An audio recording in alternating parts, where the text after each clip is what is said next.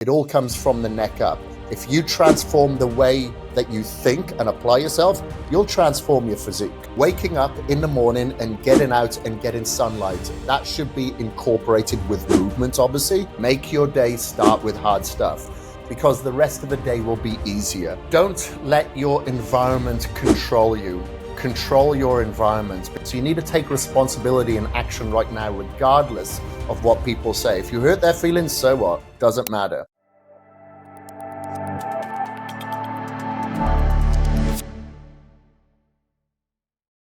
Voted world's number one trainer twice, coach to our favorite stars, and also someone who helps people like you and me transform. Our guest today on the Settle or Be Better podcast is Mr. Kris Gethin, who's going to be talking to us about transformation, biohacking, longevity, and a lot more. So, welcome, Mr. Kris, and over to you. Why don't you begin by telling us a little bit about your personal health and well-being story and your current work? Thank you very much. I appreciate it. I'm from Wales originally, reside in the US. I'm currently here working in India as we're speaking. And I guess I got into the fitness industry in my 20s. I'd had a lot of injuries from racing motocross. I was racing motocross for many, many years. And, while I was still developing, I was racing motocross. So, succumbing to a lot of injuries at a young age. Definitely put a dampener on things. And I then got into weight training just by accident through physiotherapy, because I'd seen a lot of specialists. And when I started doing physiotherapy with the resistance weights, I started to feel alleviated of a lot of the pain that I was dealing with from these injuries. So then I decided to go to college and study international health and sports therapy. This is in the mid 90s. I got qualified as a personal trainer and kind of got hooked from it then, because I really enjoyed the way that I felt from eating healthy, from actually exercising and, getting my adrenaline fix that I'd kind of left behind from motocross. And then I just had a passion of helping others, because I experienced firsthand how it transformed my life from a mental aspect, from a spiritual aspect, and definitely from the pain relief aspect, from the physicality. So then I just started helping others. And, I just found various ways as social platforms evolved through the years. And, back then in the magazines in, about 20 years ago, helping people through publications and then online publications to where we are today. That's amazing. And the community you've built over the years, it's just strong and it's amazing to have you here in India as well. And we can't wait to dive into our episode today. And to begin with, the topic of celebrity transformation, no matter how many years down the line we are always going to be fascinated by it, right? Like, I mean, they are the heroes we watch on screen and we also idealize them at some point, and we do have those aesthetic goals for ourselves. But what do you think, can we ordinary people also keep celebrity transformations as our own goal? Is that achievable for us, who live lives in corporate jobs and, have a daily life who are not on screen, who are not in the glamour world? Do you think it's ideal for us to also have such goals for ourselves, and is it achievable? 100%. And I think anybody that points the finger at celebrities and say, oh, it's easy for them because they have a chef or they can control their hours or anything like that, are just making justification of excuses for themselves. Because if you think about it, most athletes, let's talk about bodybuilders or MMA athletes or sprinters or anything like that, until they turn pro, and it's very few of those professional athletes actually make a career out of what they do. They all still have to work. Like, you look at the top 10 bodybuilders in the world, maybe they'd make a good living. After that, every one of them are working. A lot of them are personal trainers. Some of them own businesses. And, I'm working with Vicky Kaushal at the moment, and his schedule is unbelievable.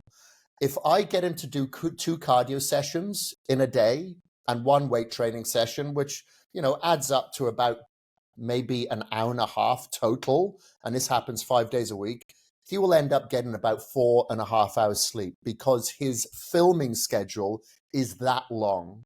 He's got True. such a long filming schedule, and these guys don't get days off on weekends.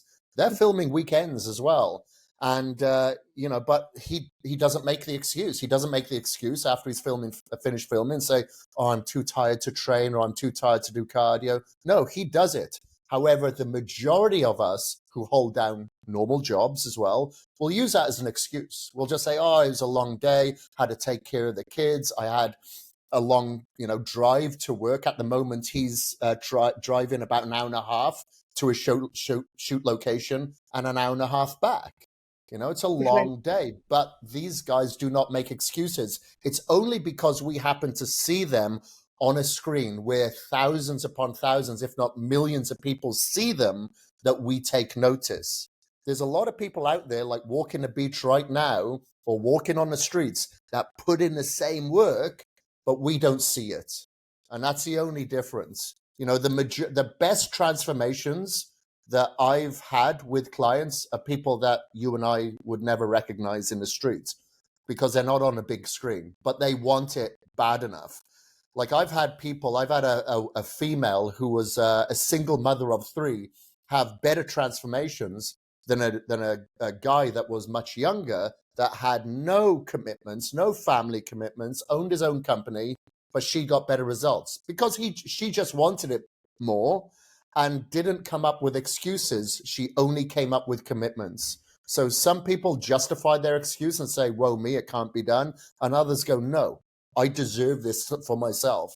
I'm going to improve my longevity, my health span, and I'm going to prioritize myself. So that's just the biggest difference. So when I see transformations, I don't judge them from the neck down, because a lot of people say, oh, it's genetic, maybe the Indian genetics. No. It's nothing to do with that. It all comes from the neck up. If you transform the way that you think and apply yourself, you'll transform your physique.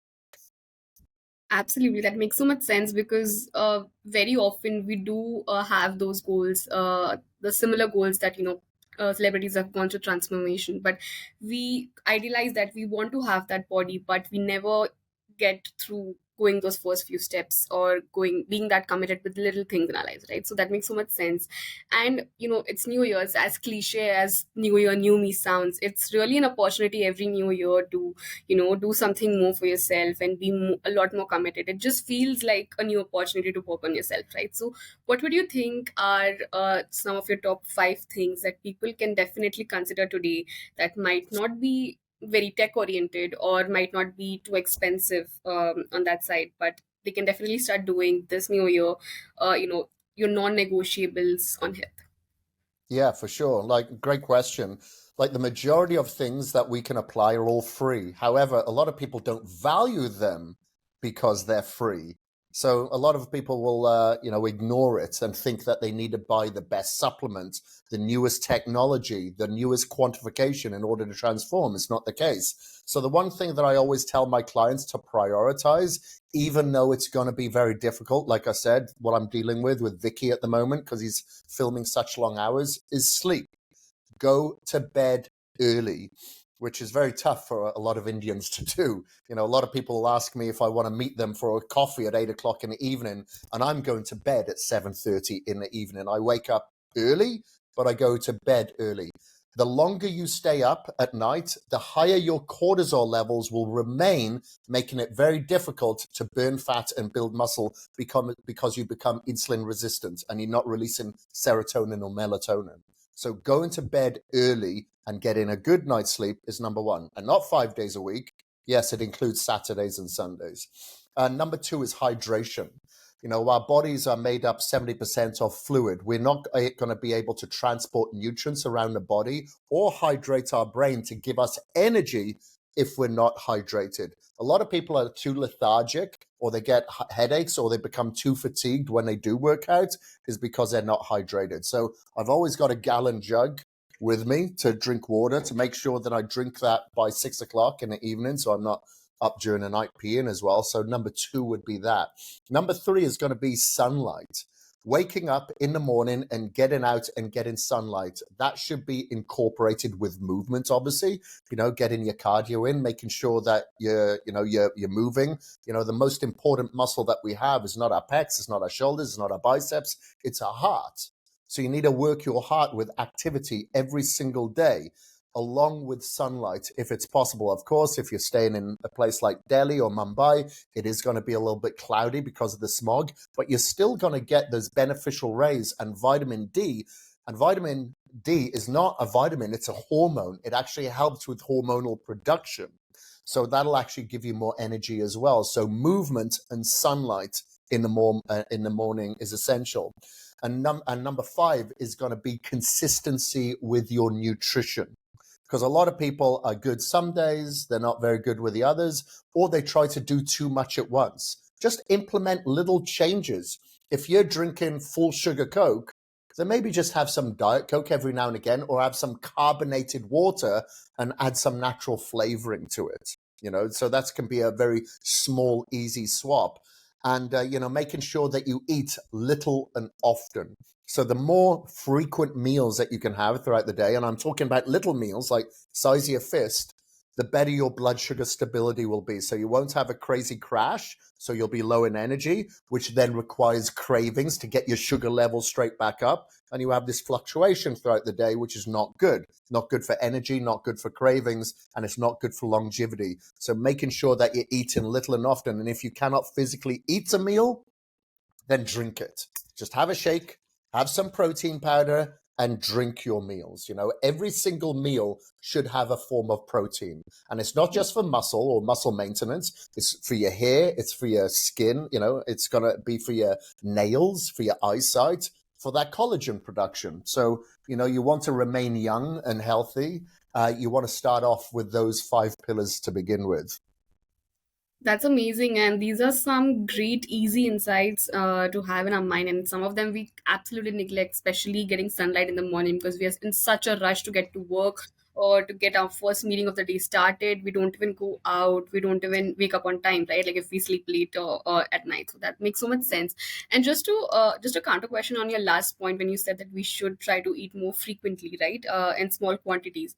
What are your thoughts on fasting when it comes to that? Because now there's so Yeah. many people, so many biohackers who are talking about absolutely the opposite of it, that you should eat big meals, main big meals, and then fast for the rest of the day, right? So, what are your thoughts on that, and what has worked better for you and your clients over the years? Yeah, absolutely. Another great question. So I generally get my clients to fast on their non-training days. So let's say if they're training, for example, someone who's in their 30s and they're training 5 days a week. If as we get a little bit older, the recovery isn't as enhanced, so I would generally bring the training days down lower as we get a little bit older. But let's say that person's in their 30s and they're training 5 days a week and 2 days are non-training days. That's when I'll get them to fast, usually for about 18 hours, something like that. And that is like a controlled fast, because if that person is athletic, they're working out, then of course they're still consuming fluid and electrolytes. Maybe they could have a coffee. So there's a couple of people in the space called Dr. Sachin Panda, Dr. Jason Fung, Right. where they don't even allow a cup of tea. I don't go that strict. I do what's called a controlled fast. So, when we are athletic, we are eating meals constantly. What we're doing is signaling a pathway called mTOR. mTOR. So that is both anabolic, which is great for muscle building, but it can also accelerate aging. So that's why we need to now encounter or incorporate and activate something called the AMPK pathway. AMPK. And you're going to do that through autophagy, through self-eating, through fasting. So what I always suggest is that my clients, they'll go through like an 18-hour fast, 16 to 18 hour, dependent if it's a male or female, because with females, we have to be very careful of the hormonal dysregulation and downregulation of the thyroid. So I have to be a little bit more careful with women and maybe not extend that fast as much as I would with men. Dependent on that person, maybe I'll look at their blood work, their DNA tests, their glycan age test or something like that to begin with, to dictate how long that fast should be. But I personally fast I just did a 36-hour fast. I've done 5-day fast before, but I'll generally do about an 18-hour fast on a non-training day. Right. That's amazing to know the breakdown of the week, what it looks like, because we get too excited about fasting and sometimes we overdo it, especially if we are, say, working out twice a day or even once a day, an intense workout, and then we extend our fast every single day. We don't take a break from that fast as well. It becomes too much, right? In the end, it's a stressor for our body. So that's something that we definitely, neglect to understand. So that gives us great insight into that. And, Exactly. my Yeah. next question is, you've seen the both the worlds, right? Like you've seen the bodybuilding community, you've been through that, and now moving more towards the, I mean, for me at least, correct me if I'm wrong, but seeing your content and the things that you talk about are more on the longevity and biohacking side now, right? More than before. So you've seen both the Mhm. things happening. And in India, I'm sure even you must have noticed that the bodybuilding world is still quite popular. Like everybody would, the young generation, there's a huge crowd who still want to do that. And they would start at a very young age, like at 16, 17, and they would want to go into those competitions. But what are some things that you sort of unlearned, probably coming from that background and now knowing more about longevity and biohacking? What are some things that you would want to see change in people who are entering the bodybuilding world and the way that they are approaching it? Yeah, don't do what everybody is doing on Instagram because, people, and especially today, we want instant gratification. We want the results that we see from our heroes on Instagram now. We want them today, not knowing that some of those people may have phenomenal genetics or they've been doing it for years. Like I've been training for 25 years. People will say, "Hey, you look great. How long have you been training?" And I'll tell them, "Well, it's 25 years and I've been put on like on average about a pound or a pound and a half of muscle per year." And people look at that and go, "Oh my God, that's a long time." They want to put on 10 pounds in 1 year. Now, naturally, you just cannot do that. It's going to take time. But I think the priority here is always prioritize your health first because your aesthetics will come. If you prioritize on eating healthy food and not having your cheat days where you're eating burgers and pizzas and all sorts and causing inflammation in your body, or consuming vegetable oils or sugars, which is causing inflammation, you will get your results. If you prioritize, wholesome food, single ingredient foods, natural foods at any other time, you'll get your results. But the things I'd say that I've learned, in 2014, I got mold toxicity while I was here in India, actually. Well, I was staying in Bandra and I got mold toxicity and I was diagnosed in 2015. So then I realized after that, going through a detoxification protocol, that I have to really prioritize the sources of the food that I eat. So trying to go for wild caught, humane raised, organic, grass fed, or whatever, whenever possible. Whenever possible. Of course, it's not entirely possible all the time, but whenever possible, staying as clean and eating as our ancestors did as possible. Trying to stay away from vegetable oils, not consuming any sugars, not trying to consume foods that have been sprayed with pesticides and herbicides. And it's the same with the coffee that I consume. I make sure that it's low in mold spores or mycotoxins. And I do whatever I can now to control my environment, because the environment that I grew up in on the farm when I was living in Wales is very different to today. So while I'm talking to you, I've got an earthing mat right below me, because I'm on the fifth floor of a hotel. So I'm Oh, earthing and wow. grounding myself as I'm speaking to you. I've got an EMF mitigator right by me. My phone is covered by God, what is this called? I'm not affiliated with any of these companies. A safe sleeve. So that helps protect me from the EMFs, because I know when I'm staying in a hotel, I've got Wi-Fi and non-native EMFs that are coming from the phone and dirty electricity. So certain things like that now I implement, and I also try to adhere to my circadian rhythm. So last night when I was training Vicky, we were training a lot later than I would have liked to, but his shoot schedule goes late. So we were both training with blue light blocking glasses on, to ensure that we're blocking the artificial flicker from the light, which again releases adrenaline, norepinephrine, and cortisol to keep us awake. But as soon as we finished the workout, I needed him to go to bed and sleep, and I wanted to sleep. So controlling the light whenever possible, because our environment is very different to our ancestors. Our ancestors, after the sun would go down or the campfire would go out, they would go to bed. Now we have coffee shops, we have restaurants, we have nightclubs, we have Netflix, we have the phone, we have the computer, everything that is keeping us awake. And of course, as our environment gets easier, things can get delivered to your door. You don't even have to leave the house anymore. We're getting sicker and sicker. And this is the first generation that is going to have a shorter lifespan than ours. But technology is advancing. Our DNA hasn't changed, but our environment has. So we have to control it and change it as much as we possibly can. I'm talking about the earthing mat here, and I'm talking about the blue light blocking glasses. Well, if you can switch off all your lights and devices, then that's going to be the best way. Again, thinking to our ancestors, or you're going to go outside and walk outside and find a grassy patch and take your shoes and socks off to earth yourself. But if that is not available to you, then you have to start incorporating today's technology. Absolutely. And, we have all of these things available to us. I mean, just recently I visited an IT park, where there are so many of these corporates all together, right? They share this workspace and they have these gardens in between their parks, but nobody uses them. There's this tennis court, there's a running space over there, but nobody uses them. It's so accessible between work hours, during lunch hours. But that's right. Like, we really need to prioritize these things. And, talking about circadian rhythm and workouts, since you just mentioned it, do you think that then it is much more beneficial, if possible, to schedule our workouts in the first half of the day than the later half? Because do you think that we get a lot more awake after we work out and it's difficult to sleep after that? What are your thoughts on that? Well, everybody's different, so I have some clients that train in the evening because that's all they can do. It's like my clients at the moment, Vicky, he has to wake up at 4 o'clock in the morning just to get his cardio done, because then he's got to go straight to the set. I'm not going to get him up at like 2 o'clock in the morning or 2:30 to train. So I'm going to wait till he finishes his work day and then train, because I know he'll probably be too exhausted to do the best that he can on screen.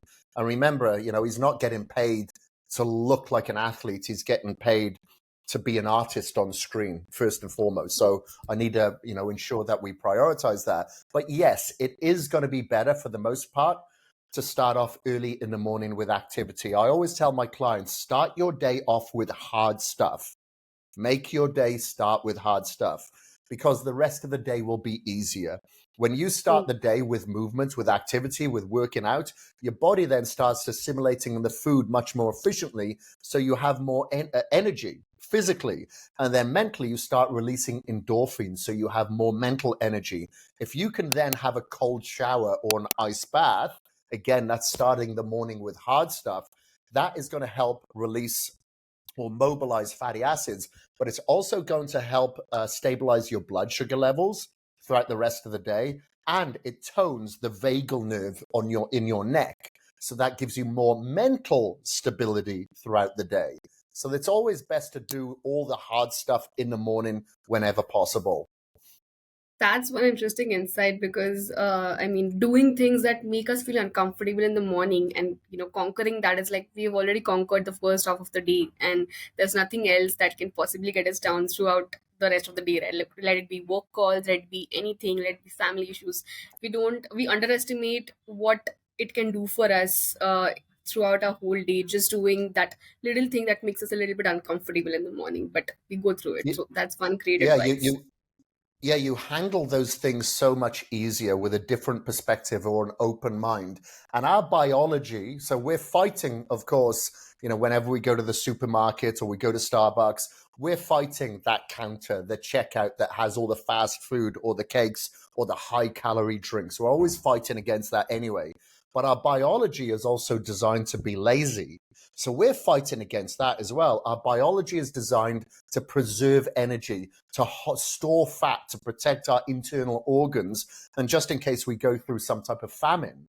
Our DNA has no idea that we have food on every supermarket shelf or coffee shop or pharmacy, and a lot of the time calorie laden foods as well. It doesn't know that. It is designed to be lazy. So we wake up in the morning and we naturally want to relax and we want to chill out, so we need to be lazy. So it is difficult. It is difficult. So I always say that discipline is going to trump your motivation, because a lot of the time you'll wake up and you're not going to be motivated. So now you have to rely on discipline of doing the same thing that you did yesterday, but better today, and make it harder, because there will be a time in our life that we will be fragile, we will be older, and we won't be able to do a lot of these things. But if we start now, we will. We will. Like my grandparents or my grandfathers, they lived into their 90s and they were working into their 90s. And we know by studying the blue zones, the areas that live to a disproportionate age, or centenarians, that they all move. In Okinawa, which is one of these blue zones where people live active over 100 years old, they don't have a word for retirement because they're used to movement. And however, a lot of people after the age of 40, over 50% of the population after the age of 40 will never sprint. They will never sprint in their life further from that. And that is shocking. It's terrible. So you need to keep up with your movements and activities. Absolutely, totally agree on that. I mean, we recently had Sean Wells on the podcast who also talked about why most men die when they retire. Because when work is your only identity and the only thing you relate with in your life, and once that is over, and when you have this thing that, after this age, I'm going to retire and then I'm going to start working on my health, then I'll start traveling the world. It just doesn't happen if you don't start doing it from an early age and giving it some more attention, right? So that makes so much sense. Yeah, but it's never too late. By the way, Sean is a great friend of mine. He just sent me a message this morning, actually. But it's never too late to do something great. So if there's any of your listeners that are in their 70s, for instance, there's a friend of mine called Joan, and she started training, I think, at the age of 73. She was Right. inactive. She was overweight. Yeah, she lives in Mexico. So one of my good friends, her daughter, was over here in Mumbai, and she is a hot yoga instructor. And I had my previous client, or still current client actually, but my client that I was training then, Hritik, to do yoga with her. Her name's Michelle McDonald. Anyway, she went and moved back to Canada, and now she's moved to Tulum, Mexico.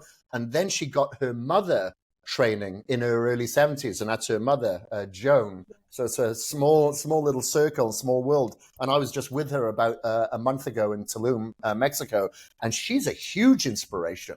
A lot of women, or a lot of guys as well, in their 20s are running up to her all the time saying, Joan, you're a huge inspiration to me, my mother, my grandmother.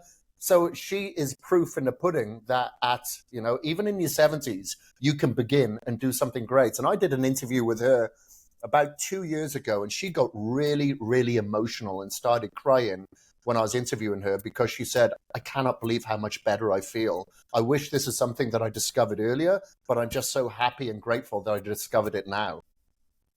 Absolutely. I mean, there are people who are doing their first pull up of their life at the age of 63, who are doing their first squat, who are entering the gym for the first time. But like I said, it's never too late. And I mean, gladly, because of social media and because of this awareness around health today, that we are seeing so many people after 50s take charge of their health and, doing so much better than many youngsters today, right? So that's a great inspiration for us. And talking about Hritik Roshan, I mean, you can choose to not answer this question if it's too confidential or something, but obviously we are great fans of him. And in India, if you would ask anyone that, who is your idol around fitness, or who do you want to be like, or want to look like, or feel like, it's always Hritik Roshan. And recently you've worked with him, we've all seen that, and it was amazing. But he is someone who has always over the years been fit, or who has always had these efforts put in, right? And we've seen him go through transformation multiple times. But what was it that you particularly changed this time that helped him really accelerate the process? Because if you've been in this field and if you've been working on yourself for decades, right, you've done multiple transformations, you probably already know so many things. But what were those key things that helped him accelerate this time at this age? Because this would really help people who have hit a plateau at some point, right? They've been working out for years and now they just don't know what to do to progress more, right? So this would really help understand what are those little key things they might be missing, which would really be the game changer for them. Yeah. So I don't really do anything that different with Riddick, even though, we're both the same age. We're both 49 years old. Our ability to recover obviously is supposed to decline as we get older. But luckily, Riddick has naturally very high testosterone levels. From what I remember, it's over 900, maybe over 1,000. I can't remember, but it's exceptionally high for somebody of his age. So he's very, very lucky that he has this testosterone level and his hormone levels are in such a good position where he's able to recover very, very well. So I train him with the same intensity, the same ferocity, and the same frequency as we did, God, over 11, 12 years ago. So he's very lucky in that case. However, the guy is very, very injury prone, and this isn't because he's clumsy. He just has such a small bone structure. His bone structure is very, very small. Like if you look at his ankles, if you look at his wrists, if you look at his elbows, his knees, they're tiny, absolutely tiny, which is good because a little bit of muscle on him looks like a lot. He has very full muscle bellies, great separation from one muscle to the next. However, injuries are something like, for instance, he could be walking through Delhi airport and then his knee just gives out. Yeah, and he's been dealing with this since he's a teenager. This is why he never participated in sports when he was a teenager, because he was dealing with these issues that nobody could give him an answer for. And it's like his tendons and ligaments, his connective tissue, are too loose in his body. They're not taut as they should be. So it's an unfortunate, but he doesn't use that as an excuse. He's a very educated person, very high IQ, and he's able to work around a lot of these issues. But I'd say the one thing, is probably, again, a little bit different with Riddick than a lot of people, is that he's extremely disciplined, very, very strict when he needs to be. Not all the time, but when he needs to be. Like, for instance, we were away. I think we were in Dubai for New Year's Eve, and all of his friends are partying and they're trying to persuade him to drink and all that sort of stuff. He didn't have one drink and he was sleeping in bed at 9:30, even though it was New Year's Eve, and everyone's up celebrating at past midnight, 1, 2 o'clock in the morning. So he's very strong-willed. And when he makes up his mind to do something, he may push himself, so he's a little bit late because he, to get ready for a scene. But I think it's that sense of urgency that really gets the best out of Riddick. So he always puts himself in a position which gets me panicking a little bit, because I'm like, oh my God, we've only got 8 weeks or 4 weeks or 6 weeks to get ready for this scene. But that sense of urgency just brings out the best in him. Right.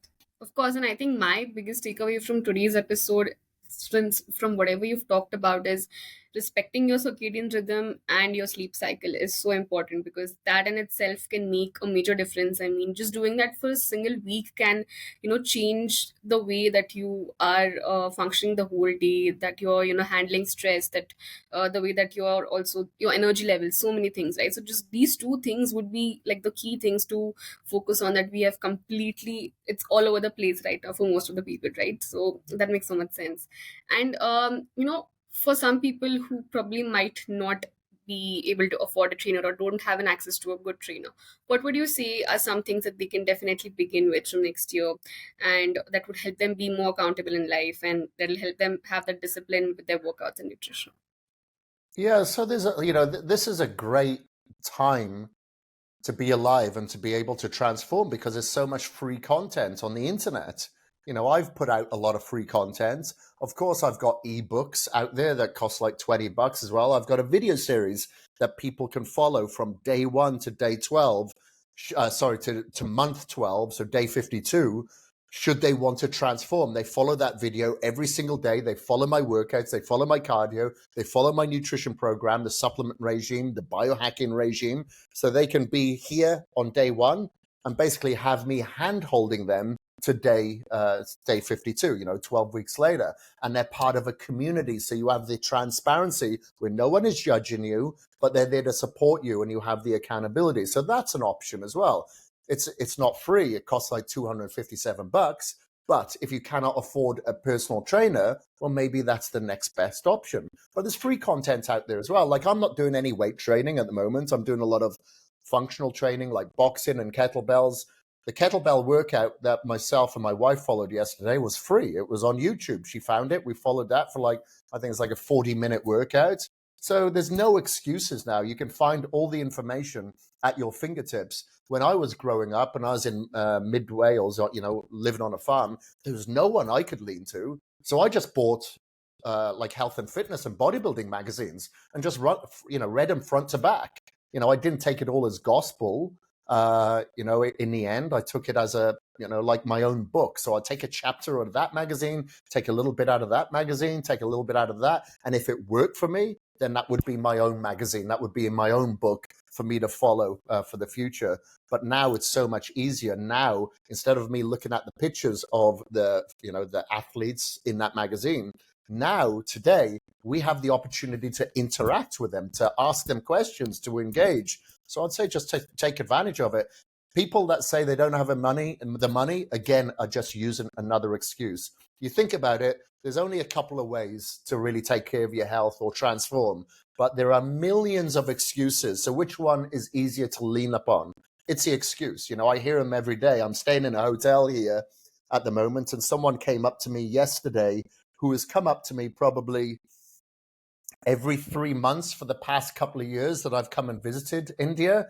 And they keep telling me the same excuse. They're like, oh, I'm staying up too late, or I'm just not getting my steps in. I'm not active. I go to the breakfast here at the hotel. I'm too tempted. It's just excuses. They come up and talk to me and I just sit there and I don't really say anything. I'm like, yeah, you'll probably be saying the same thing to me next year and a year after because you're not willing to do the hard work. It's not easy. It's not supposed to be easy. If it was easy, then I wouldn't have a job. It's supposed to be difficult, and we are created to do difficult stuff. When we were hunting and gathering, do you think that was easy? No, it was a lot harder than the society that we live in today. So for you to do an hour of activity 4 or 5 times a week and just eat food that was put onto this earth for us to consume, those single forming ingredients, it's not easy, but it's not that difficult either. Absolutely. And I mean, people who follow you already have seen the results of your clients who get on your program, on your online program. And it's one of the easiest things they can do today. So there'll be links in description below for the ones who haven't already checked them out. They can go and reach out to you and also probably enroll them for your program this coming year and have a new opportunity to work on themselves. So thank you for sharing that with us. And one of my last questions to conclude the podcast today is that what is that one mindset shift that you think can really help us be more disciplined in our workouts and nutrition from the coming year? Yeah, don't let your environment control you. Control your environment, because you're gonna, especially at this time of year, you're gonna have people that want to go out for Christmas parties. You're gonna have New Year's Eve. You're gonna have Christmas Day. There's gonna be a lot of food, and there's gonna be a lot of influence from people that are gonna try to tell you to do something that you shouldn't do. Because it's very weird that we live in a society today where it's frowned upon if you want to eat healthy. If you want to break out your Tupperware or your tiffin container and eat the food at a party, however, there's a lot of food at that party, but we know it's bad, it's unhealthy. But no one looks at the people that's actually harming their bodies. People think that's normal. People look at the people that are healing their bodies and we think that's weird.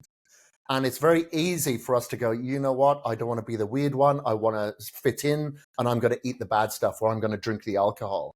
Don't allow that environment to influence you. You have to influence your own environment. Whatever they do, they're not going to be there on your deathbed. They are not responsible for you in your later years. You are. So you need to take responsibility and action right now, regardless of what people say. If you hurt their feelings, so what? Doesn't matter.